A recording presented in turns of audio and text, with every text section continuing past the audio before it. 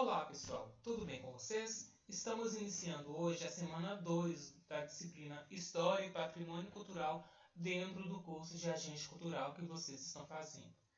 Vamos falar nessa semana sobre o tema Aspectos da Cultura Regional e Etnicidade e Cultura do Cerrado.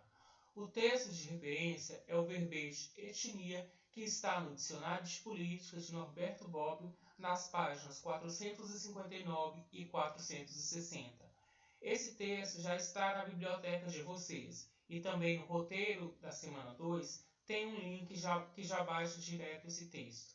Vamos utilizar como texto de apoio e complementar o artigo com o título Etnicidade e Mudança Cultural, artigo de autoria de Maria Silvia Porto Alegre, publicado em 1996 na Revista de Ciências Sociais. Pois bem, vamos à explicação? O tema, o verbete, etnia, segundo Norberto Bobbio, é um grupo social cuja identidade se define pela comunidade de língua, cultura, tradições, monumentos históricos e território. Essa palavra parece ter sido usada pela primeira vez em 1896 no livro Le Selection Sociale, de Varte de Lapoche. É sinônima de outras expressões como comunidade étnica e linguística, nacionalidade espontânea, nacionalidade sem Estado e outras mais. Vocês podem estar se perguntando por que as palavras cultura e tradições estão em vermelho, destacado. Eu fiz questão de destacar porque nos 4 exemplos de peças regionais e locais que eu vou apresentar para vocês, fica muito forte a questão cultural e as tradições dentro da manutenção dessas festas. Fica claro também as resistências, as tradições, as encenações das resistências das pessoas das gerações anteriores. Por isso que as palavras cultura e tradições estão em destaque. Falar a mesma língua, estar radicado no mesmo ambiente humano e no mesmo território, possuir as mesmas tradições são fatores que constituem a base fundamental das relações ordinárias da vida cotidiana. Marcam tão profundamente a experiência dos indivíduos que se transformam nos elementos constitutivos da sua personalidade e definem, ao mesmo tempo, o caráter específico do modo de viver de uma população.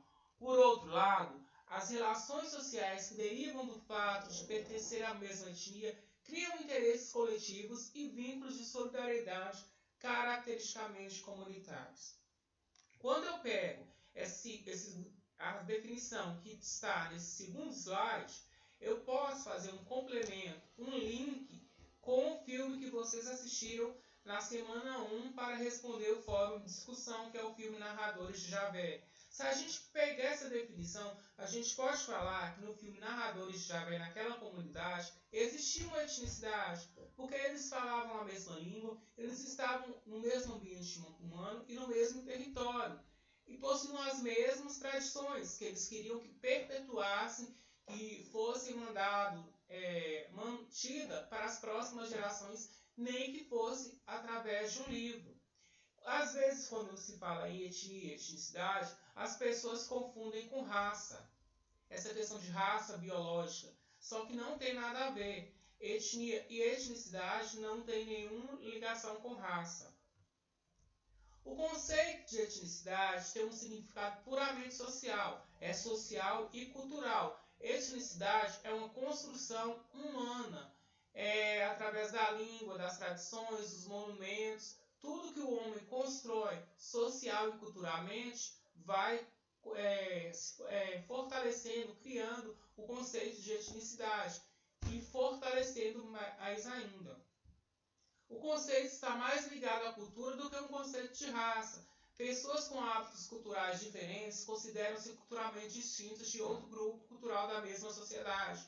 Por isso que a gente fala que dentro de uma única sociedade existem várias etnias, vários grupos culturalmente diferentes. Se eu pegar os exemplos que eu vou dar aqui para vocês, da caretada em Paracatu, da congada em Turutá, do catopê em Montes Claros, das ganhadeiras de Itapuã na Bahia, elas, inseridas dentro da sociedade delas, da cultura regional delas, cada uma em seu lugar, em relação a essas 4 manifestações, dentro dessas sociedades que elas estão inseridas, com certeza existem outras etnias, existem outros hábitos culturais construídos na sociedade.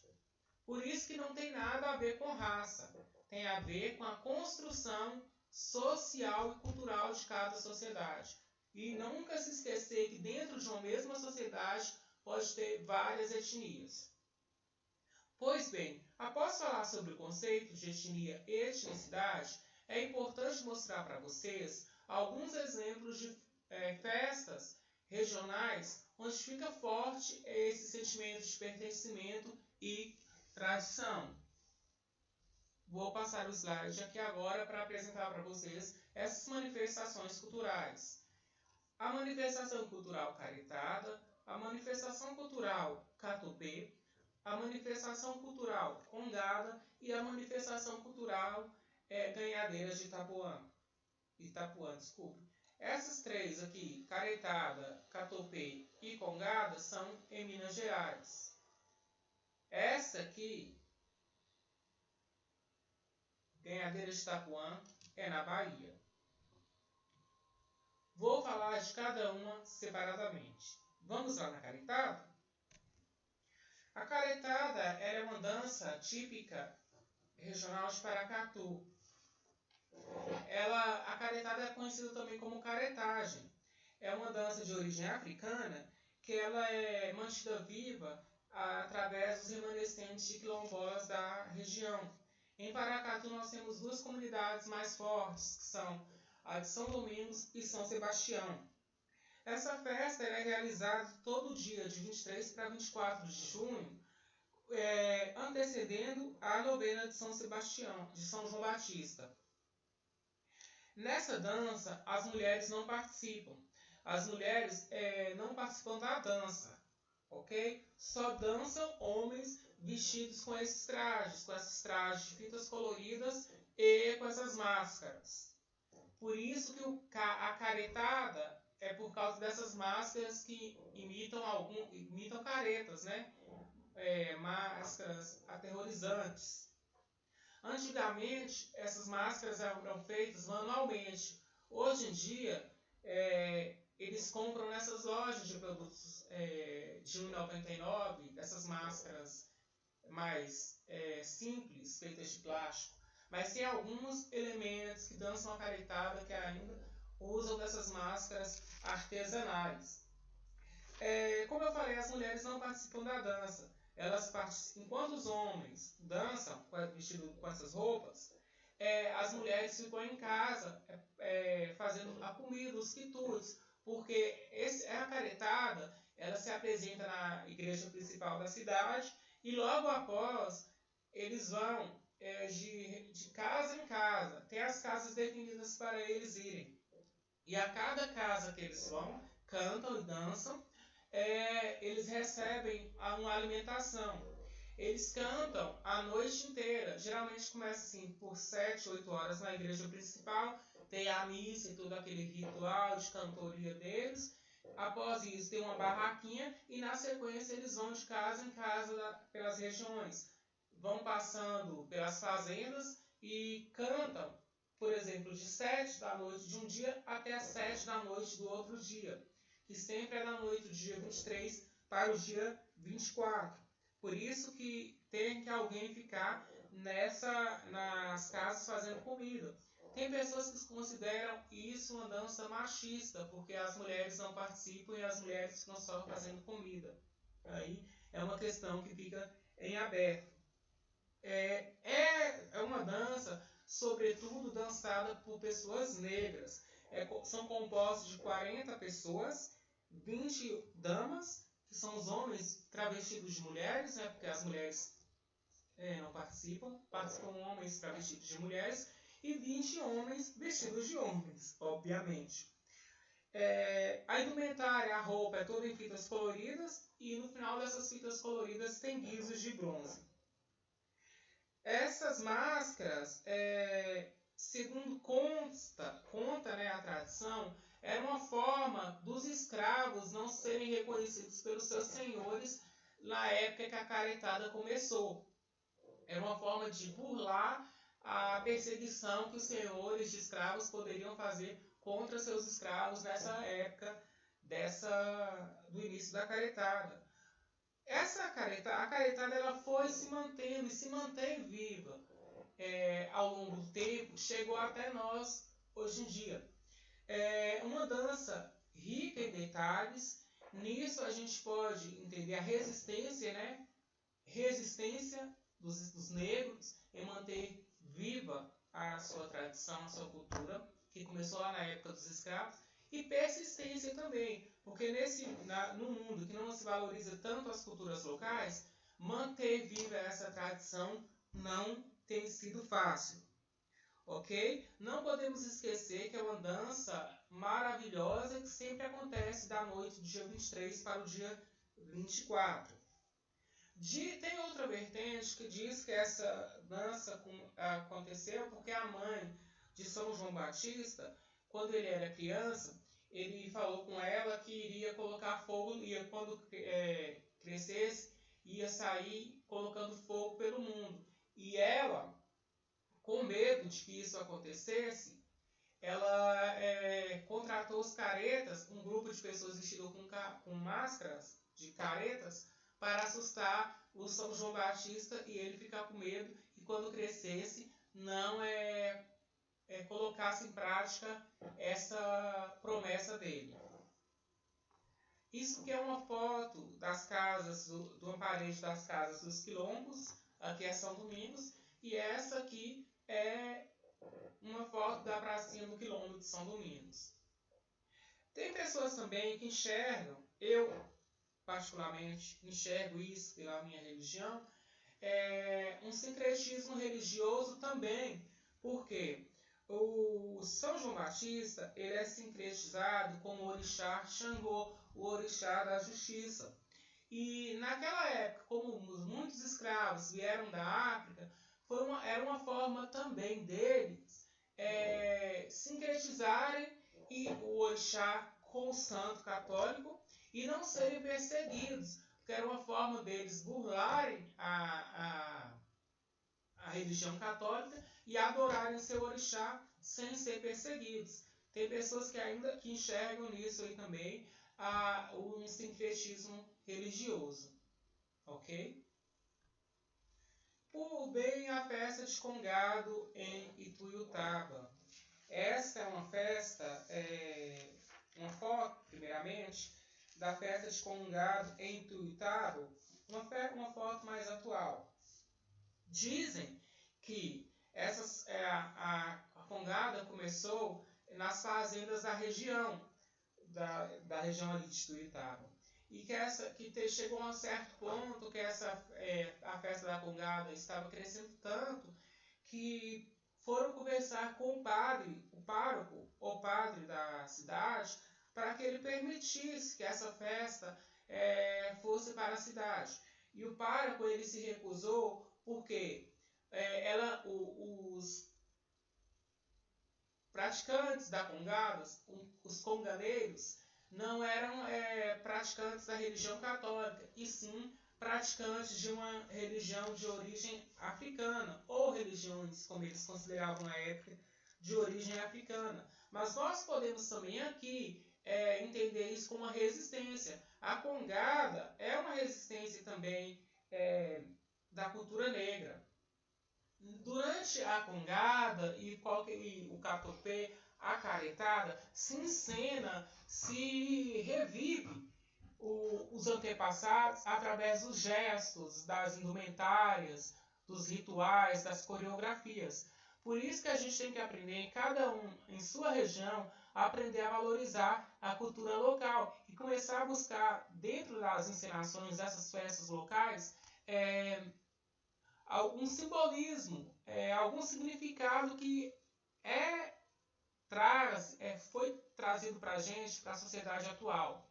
Eu lembro que a próxima que eu vou mostrar para vocês é a festa de Catopês em Montes Claros. que guarda semelhança também com a congada. Só que, lá em Montes Claros, quando eu comecei a estudar história, geralmente tinham pessoas que falavam que era durante a festa dos Catopês, em Montes Claros, que lá é chamado como festa de agosto, porque tem os Catopês, tem os marujos e tem os caboclinhos que desfilam durante 3 dias de agosto, por isso que são chamados festas de agosto. Falavam que era um monte de gente pobre, preta, né? Quando fala preconceituosa, muito preconceituosa, que a gente sempre ainda ouve essas falas, que era gente preta, pobre, feia, dançando com um monte de fita colorida, dourada, achando que era rico. Falavam também uma questão assim muito triste, né? Falava aquela pobraiada se prepara a semana, o ano inteiro, né? Para desfilar um diazinho aí. Só que aí a gente vai começar, por essa fala, a gente começa a entender a questão da etnia. Eu, por exemplo, só um exemplo, não estou nessa, não critico, falo mal, não entendo ou não quero entender a cultura das festas de agosto do Catupi. Eu falo mal porque eu não faço parte daquela etnia. Aquele ato, aquela encenação, aquele ritual não tem nenhum significado para mim, porque eu não tenho um sentimento de pertencimento, eu não tenho uma tradição ali, não faço parte dessa tradição deles. Mas se eu estiver dentro daquele grupo, daquela tradição, aquilo tem um significado muito importante para mim. Curiosamente, ou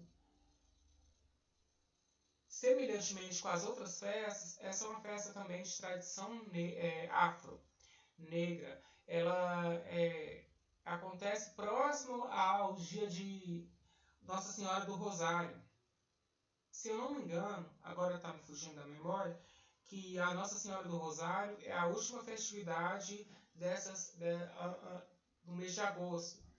Por exemplo, são 3 dias. Aí no terceiro dia é a festa de Nossa Senhora do Rosário. Mas isso também é uma forma de resistência, de encenação, de resistência da cultura negra. Valorizar essa cultura local, eu enfatizo, é importante. As festas de agosto, elas são festas religiosas de origem católica, realizadas tradicionalmente em Montes Claros, né, em homenagem a Nossa Senhora do Rosário, São Benedito e o Divino Espírito Santo. Mas de toda forma, ela carrega alguns simbolismos afros também. Todas essas festas que originaram da época da escravidão, com os escravos e tudo, eles davam um jeito de manter alguns símbolos, carregar símbolos, características da religião deles, da religião afro, a religião do candomblé, dentro dessas festas. Um dado importante dessa festa de agosto é que nós temos, como eu já falei para vocês, os catopês, os marujos e os caboclinhos. Os catopês, eles representam as pessoas nativas da África e levadas para o Brasil, trazidas aqui para o Brasil. Em geral, eles usam uma roupa tradicional branca e enfeitada com muitas cores, principalmente rosa e azul, sendo as fitas coloridas que pendem da sua coroa repleta de penas e inspiração para a decoração dos festivais folclóricos. Geralmente, a roupa deles tem... Essas aqui estão poucas fitas, né? Porque tem anos que em alguns anos, o poder público não investe, não passa uma verba assim, mais substancial para a Associação de Marujos e Caboclinhos, e aí os enfeites são assim, mais simplórios, mas geralmente são bem carregados de cores. Se a gente ver aqui, olha, as cores. Se a gente for lá na caretada, as mesmas cores. Guarda muitas semelhanças. Uma semelhança que a gente pode falar que essas 3 festas que eu estou falando até aqui agora, guarda é a semelhança à resistência e à persistência da comunidade negra em manter suas tradições vivas. Ok? Como eu falei para vocês, tem os catopês, né? Os catopês, eles representam a pessoa nativa da África, que foram trazidos para o Brasil. Os marujos ou marujadas têm inspirações nas tradições luso-espanholas, representam os grandes feitos náuticos dos cristãos. Os grupos de marujos, como também são conhecidos, usam roupa branca ou vermelha e azul. Por último, nesse cortejo, nós temos os caboclinhos. Eles representam o índio brasileiro, sendo a sua caracterização com penas e cocar uma referência àqueles grupos étnicos. Originalmente se apresenta com o busto nu. Porém, isso originalmente, mas com o tempo, a inserção da mulher, das garotas, das meninas dentro do desfile, fez com que fosse necessário o uso de blusas de cor vermelha. Ok? Aqui, nos caboclinhos, a gente percebe que antes as mulheres não desfilavam, mas com o tempo elas começaram a desfilar. Já a caretada em Paracatu, só homens desfilam, entendeu? Só homens desfilam. Aqui nos caboclinhos já tem uma abertura para os homens, para as mulheres desfilarem. Esse aqui são os caboclinhos. Tá vendo? Antigamente, os cocardos. Antigamente era só a roupa de baixo, não tinha camisa, vestido.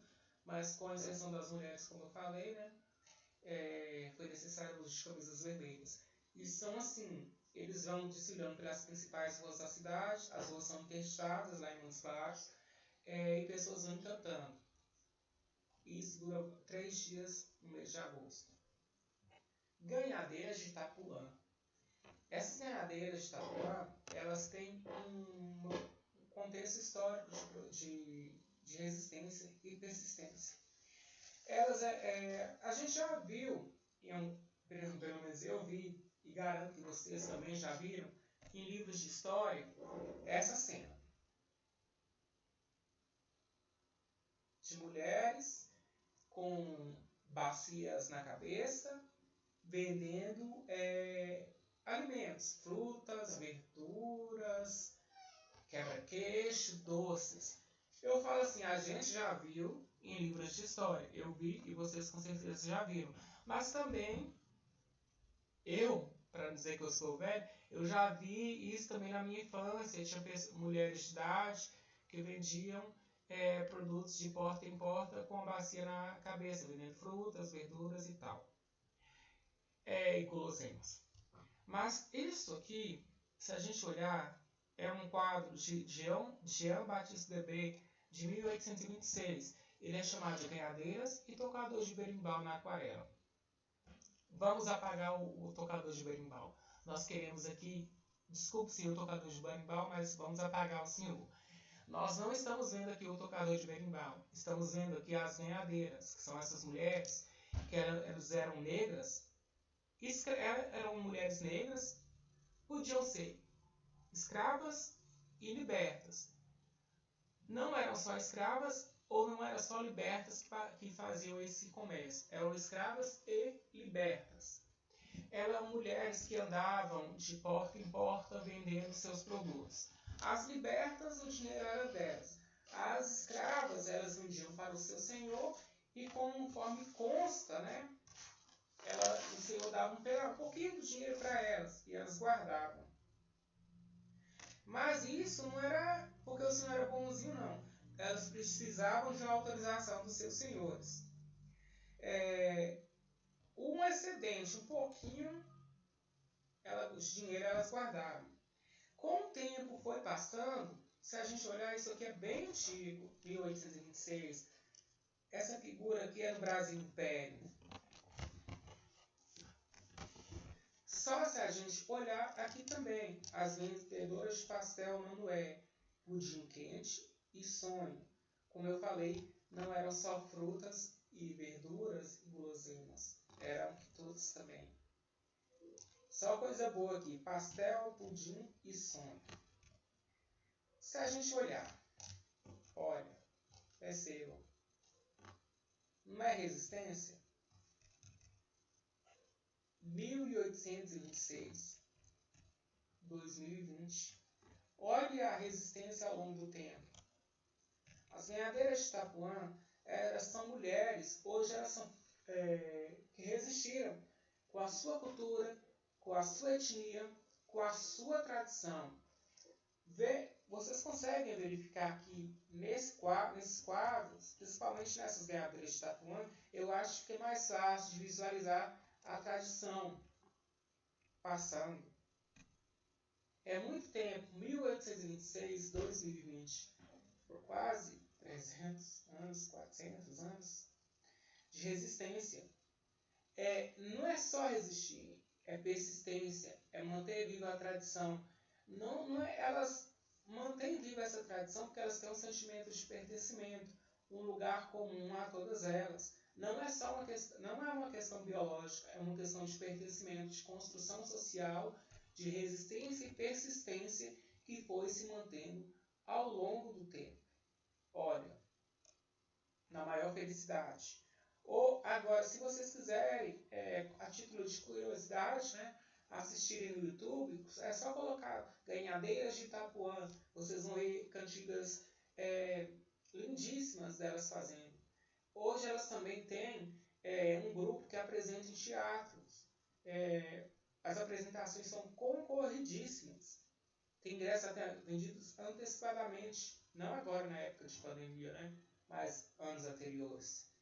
São as cantoras da Bahia, Ivete Sangalo, Margareth Menezes, Daniela Mercury, todas já gravaram com as ganhadeiras de Itapuã. A Maria de Castro, que eu gosto muito, todas já cantaram com essas ganhadeiras, porque é para manter viva a tradição. E antes de encerrar essa explicação dessa semana, eu queria que vocês, isso não é obrigatório, é a título de curiosidade, que vocês ouçam, né, vejam, assistam uma reportagem que eu deixei lá na biblioteca de vocês, no roteiro da semana 2, que é sobre as lavadeiras. As lavadeiras também, elas têm uma história de resistência e persistência. E eu estou deixando também a reportagem da TV Assembleia sobre as lavadeiras.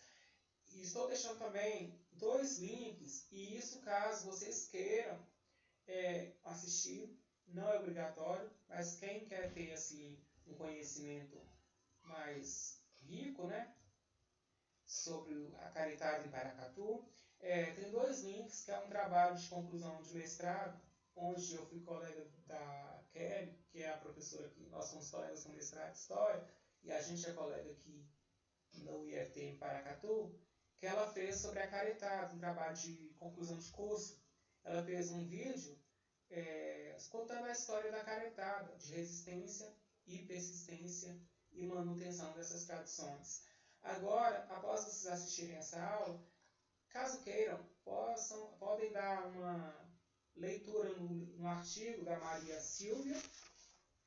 Não se esqueçam de responder ao fórum de discussão da semana, dessa nossa semana 2, que tá bacana demais esse fórum, esse tema, a pergunta, a proposta, né, de resolução. Aqui eu apresentei para vocês 4 exemplos de festas culturais e regionais.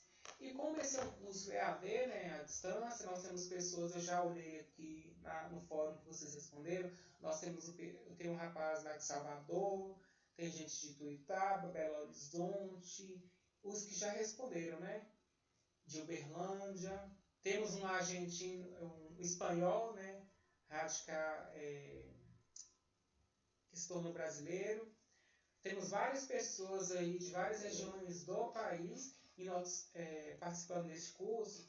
E eu queria que vocês contassem para a gente, no fórum de discussão, alguma manifestação cultural da sua região.